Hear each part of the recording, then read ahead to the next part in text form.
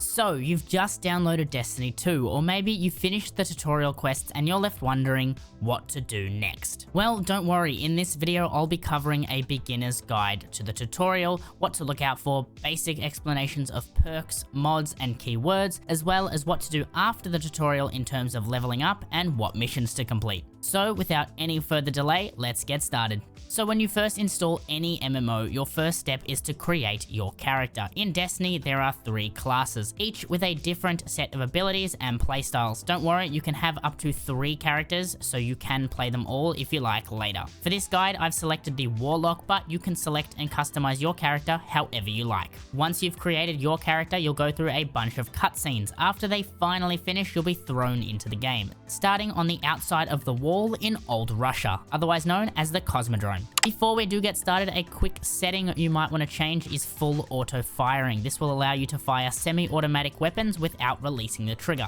So, missions like this tutorial are completely linear, meaning you'll see a grey-white diamond in the direction you need to go, and if you get lost, simply pull out your ghost with tab on PC or the select button on console, which will give you your objectives on the right side of the screen, any tracked quests, and a grey diamond pointing in the direction of your current objective. So in this mission, you'll be given your first primary weapon and your first special weapon. Each weapon type has a different color ammo. Primary weapons have grey ammo, which is unlimited. Special weapons have green ammo, and heavy weapons, which you'll get later, have purple ammo. So just continue through the linear tutorial mission until you get a little bit of freedom and you'll be posed with an option of a few quests. Also during the tutorial, you'll be given a legendary scout rifle called the Night's Watch. Keep this, it is an incredibly good scout rifle with a great set of perks rolled on it. During the tutorial, you'll be given some blue weapons and you'll notice these weapons have perks if you inspect them. There's a plethora of perks in Destiny 2, not all weapons can roll with the same perks, so take a look at them on your weapons and see what perks it has available.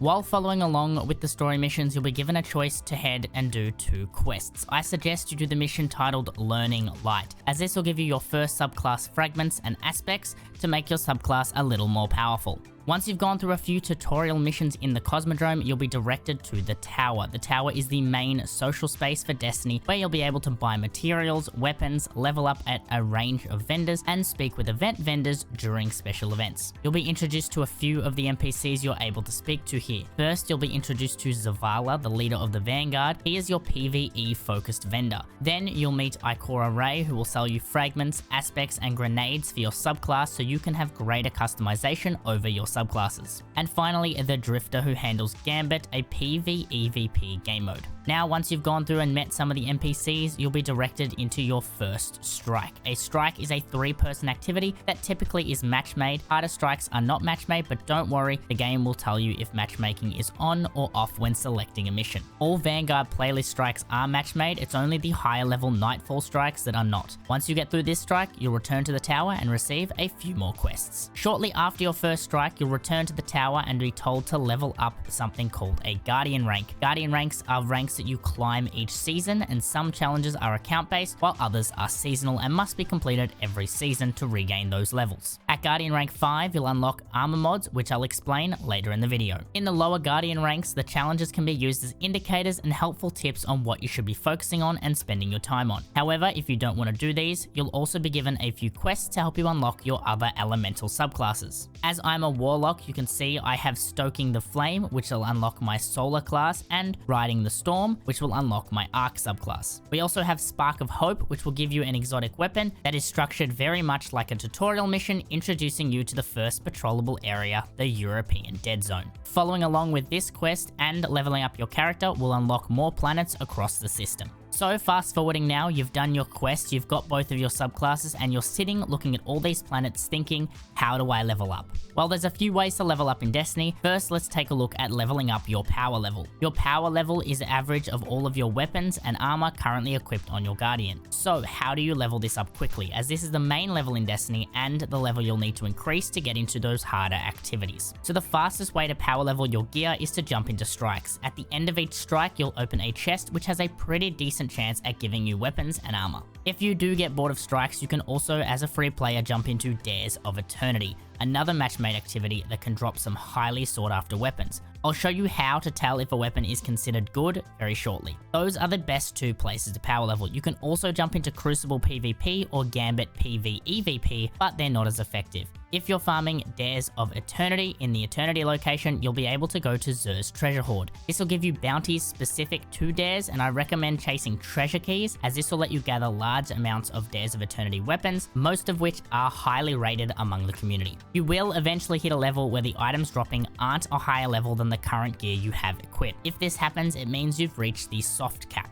To continue leveling to the powerful cap, take a look at your director for these gold symbols. These symbols will say either powerful gear or pinnacle gear. Powerful gear will take you 10 levels below the max level, and then pinnacles will get you that final 10 levels. At the time of filming, the powerful cap is 1800 and the pinnacle cap is 1810. Now, every weapon in Destiny can be used to an extent, but I get it. You're a new player and you don't want to be Googling every single weapon you drop. But if you do like a weapon, especially one that you're able to farm from the Dares of Eternity, the Prophecy Dungeon, or wherever you like, you'll want to know if it's worth it. So if you head over to the website light.gg, you're able to search the weapon and get a community rating for how it is. Think of it like Yelp, but for weapons. It'll also show you the perks that they recommend and popular perk combinations. This will help you as a new player work out what weapons you want to use. On Dares of Eternity and the Vanguard playlist, you're going to notice these little icons before you launch the activity. Take note of these because they're called modifiers. Very similar to the old Halo days, these modifiers will drastically change the way that some missions will play and what sort of weapons you're going to want to take in. You'll also notice champion modifiers, and I'll explain champions and how to defeat them a little bit later in the video. Now, Destiny 2 does have two other types of levels earned via XP. We have seasonal pass levels, which is like a battle pass style reward system. You just earn XP by completing missions, killing enemies, standard XP things. And then there's artifact levels, which are slightly different. Artifact levels will unlock perks and slowly give you bonuses to that power level we were talking about earlier, giving you extra power on top of your average rating. These levels are removed in some competitive activities. Each season, you'll be able to gain access to a seasonal artifact. These artifacts have perks. These perks can be unlocked by earning XP, and when unlocked, the effects are automatically applied. You can only unlock 12 of these perks, so make sure you select the ones you want at any given time. On the bright side though, these perks can be refunded and respec'd for free at any time. The artifact is changed, a new set of perks come in and reset after every season. Now earlier I talked about champions, so what are champions? Champions are powerful enemies with special traits. At the moment we have 3 types of champions currently in the game, and this is how you stop them. My editor has photoshopped a handy little graphic here, so let's take a look. First we have Overload Champions. Overload Champions appear as Vex Minotaurs, Taken Hobgoblins, Falling Captains, and Scorned Chieftains. These champions move very quickly, have amplified damage, and are able to self-heal. They can be disrupted with these keywords, these exotic weapons, and these exotic armor pieces. And don't worry, I will go over what the heck a keyword is after this. Second, we have Barrier Champions. Barrier Champions appeal as Cabal Colossuses, Fallen Servitors, Hive Knights, and Vex Hobgoblins. Barrier Champions act like a normal enemy until you lower their health. Then they'll put up an indestructible barrier that can only be broken by weapons, abilities, or effects with anti-barrier traits. And their barriers can be pierced with these keywords, exotic weapons, and armor pieces. And finally, we have Unstoppable Champions. Unstoppable Champions appear as Cabal Incendiors, Hive Ogres, Scorn Abominations, and Taken Phalanxes. Unstoppable Champions are highly aggressive with a very high tolerance to damage. These champions will charge at you, hence the name Unstoppable, and you'll need to stagger them to remove their damage resistance. They can be stopped with these keywords, these exotic weapons, and these exotic armor pieces. You'll need to disrupt these champions with weapons that have disrupt, anti-barrier, or unstoppable traits. Just look for the symbol of the champion you're looking to defeat, and the weapon will also say effective against type of champion. Some artifact perks will give specific weapon families disruption, anti-barrier, or unstoppable traits, and if you ever get confused about what counters what, I know I do, you can check your character screen, and on the left you'll see the blue champion icons. Hovering over these will give you a brief rundown of what counters them and what you currently have equipped to deal with them. A note, this will only take into account perks and weapons, not keywords. So I mentioned keywords, and you're trying to work out what that means because the last time you heard about keywords was 3rd grade English. In Destiny, keywords are essentially buffs and debuffs you can apply to yourself and others. Keywords can be applied through weapons, abilities, or some subclass fragments, and take a look at the fragment or ability you're equipping and see if it will apply any keywords. If you read through your subclass fragments and hover over one long enough, any mentioned keywords will pop out and explain what it does. But I will explain what each keyword does here to make it easy on you. And again, have this handy little graphic that my editor has photoshopped. So for Void, we have buffs are Devour, Final Blows restore you to full health, recharge grenade energy, and refresh the Devour timer. Invisibility, well, makes you invisible. And Void Overshield grants you an overshield, reducing damage taken from enemies. The debuffs for Void are Suppressed. Suppressed enemies or guardians are taken out of any active abilities and prevented from using any while suppressed. PvE enemies also can't fire their weapons. Volatile enemies explode when taking additional damage, and this will also break a barrier champion's barrier.